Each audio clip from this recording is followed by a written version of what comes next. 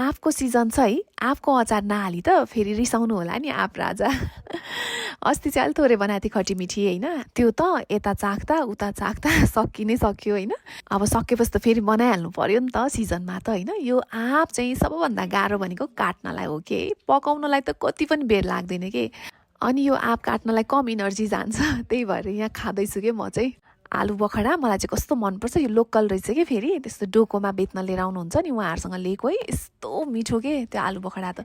झन् यो कोया पसेको आँप हुन्छ नि होइन, कस्तो गाह्रो के काट्नलाई। काटेर अनि नुन बेसार मोलेर घाममा एकछिन राखिदिएँ होइन, त्योबाट पानी आउँछ नि त। अनि त्यो पानी चाहिँ पछि यहाँ पकाउन युज गर्ने। अनि तोरीको तेलमा मैले सफ अनि मुङ्ग्रालो त्यसपछि खुर्सानी चाहिँ मजाले हालेको छु होइन। यो अलि नपिरो नपिरो खुर्सानी हो अरे के।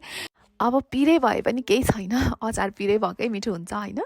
अनि त्यसपछि मैले त्यसमा हिङ पनि फुराएँ, अनि त्यसपछि सुकमेल पनि हालेँ। सुकमेल चाहिँ पहिला फुराउनै बिर्सेछु कि, अनि पछि सम्झेर हालेँ। त्यो अघि काटेर राखेको नुन बेसार मोलेर राखेको पानी हुन्छ नि त्यसमा हाल्ने। अनि हालिसकेपछि चिनी राखेँ होइन, चिनी चाहिँ मैले जति आँप हो त्यसको आधी राखेको छु।